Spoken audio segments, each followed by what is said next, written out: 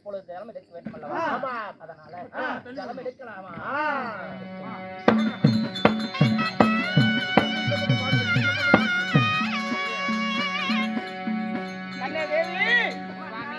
அதாவது நம்மளுடைய புத்திர சந்தானம் வரமாகுவதற்காக தேவலோகம் போய் கொண்டிருக்கின்றோம். போகலாமா?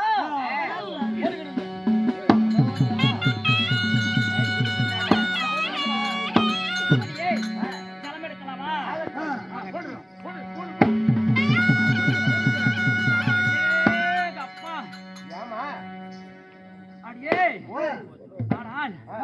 இந்த ஜலம் எடுக்க போகலாம் என்று ஜலம் எடுக்க போகும் பொழுது இந்த ஜலத்திலே வரடி எவ்வளவு அழகாக ஆகாய மார்க்கமாக ஒரு ஆடவன் போய்கொண்டிருக்கிறான்.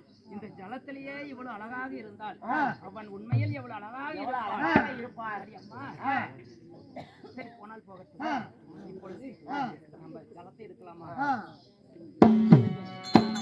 ஐயோ ஐயோ ஐயோ ஐயோ ஐயோ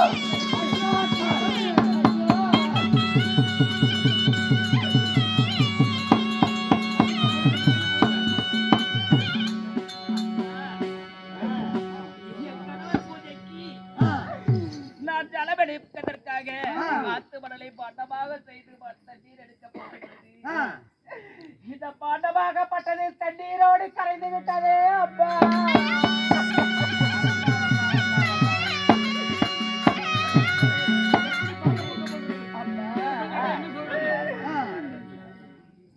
ஆடவனை பார்த்த பாவத்திற்காக இந்த ஜலமாக இந்த பாட்டமாக விட்டது தண்ணீரை கரைந்து விட்டது. இப்பொழுது என் கணவருக்கு நான் எப்படி பாத பூஜை செய்வது? என்னடி பதில் சொல்வேன் அப்பா?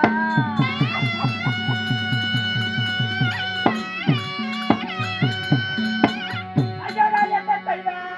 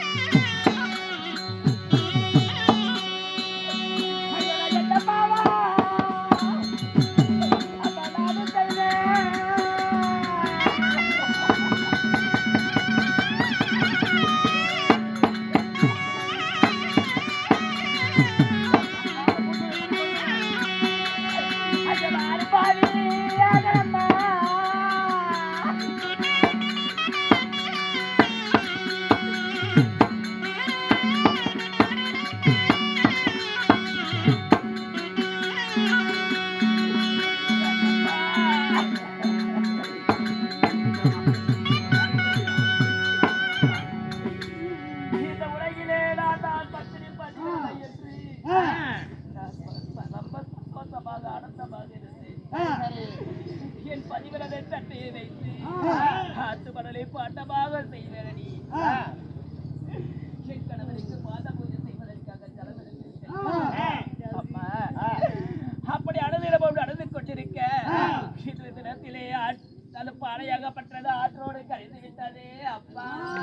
இது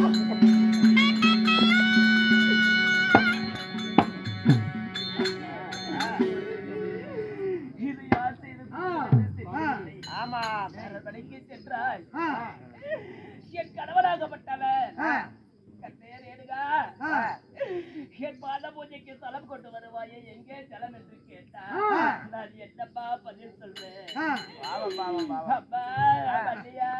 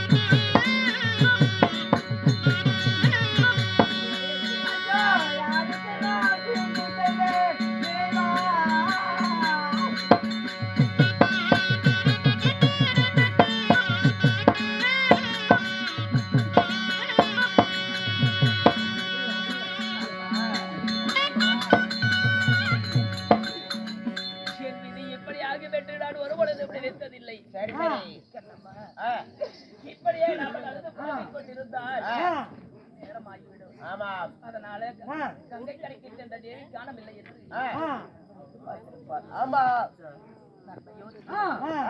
என் கணவர் இடத்திலே எது குறைத்தார் அதற்கு ஏதாவது வழிவகை சொல்வார். ஜலம்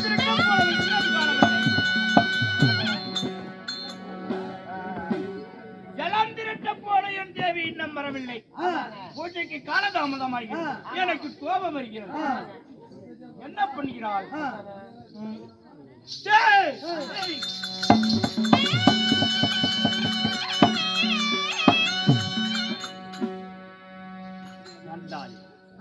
வரட்டும். என்ன செயல் செய்திருக்கிறார்? என் நாணத்தால் பார்க்கும் பொழுது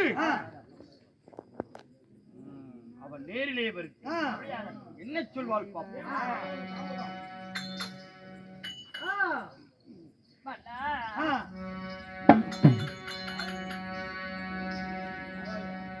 ஏன் காலதாமதம்?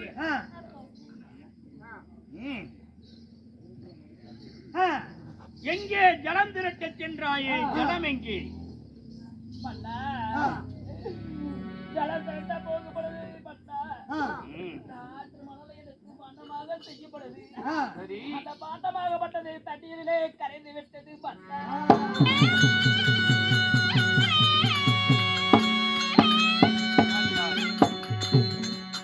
ஏழம்மா தண்ணீர் கரைந்து விட்டது.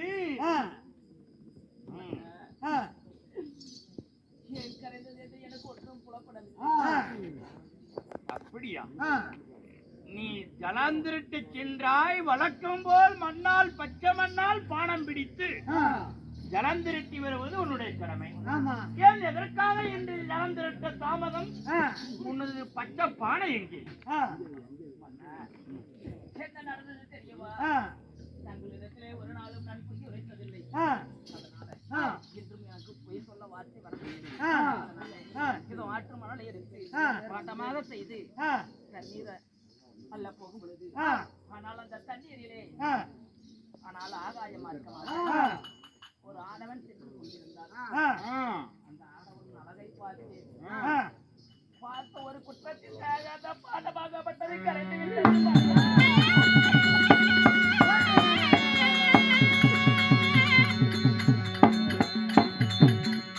ஒரு ஆடவனை பார்த்தால் தன் கற்பனை கரையும் என்பது உனக்கு தெரியாதா? என்ன தண்டாளி சதிகாரி, என் குலத்தையே கெடுக்க வந்த கோளாரி.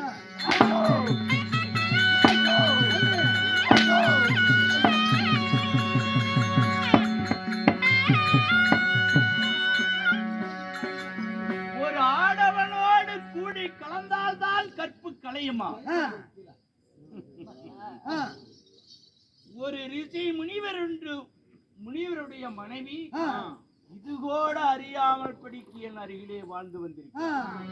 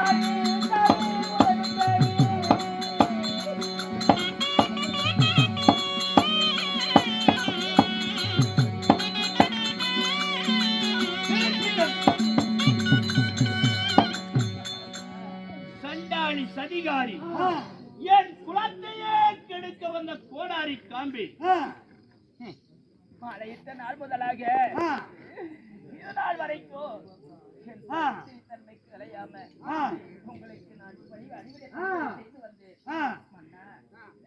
நான் யாரையும் ஏறெடுத்து பார்த்ததில்லை. ஆனால் அவள் அழகை பார்த்த ஒரே காரணத்திற்காக என் படிக்கிறதை கெட்டு விடுவார் என்ன சுவாமி? ஒருவனுடன் கூடி கலந்தால்தான் கற்பு களையுமா?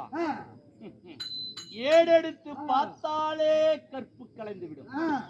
இது அறியாமல் படிக்குத்தான் என்னுடைய வாசம் செய்து வந்தாயா சண்டாளி சதிகாரி? எனக்கு வரும் மாத்திரத்திற்கு உன்னை சமைத்திருவேன். இனி என்னோடு நீ கூடி வாழ தகுதியற்றவன். உடனே உனக்கு என்ன தண்டனை குடிக்கிறேன் தெரியுமா? என் மகனை அழைத்து வாடா. எனக்கு 5 பிள்ளைகள் இருக்கின்றன. என் முதன் மகனை அழைத்து இவளை சிரச்சேதம் செய்ய வைக்கிறார். இனி மன்னா கின்னா என்கிறாய். வேண்டாம். சின்னவாத்தை சொல்லலாகுமா?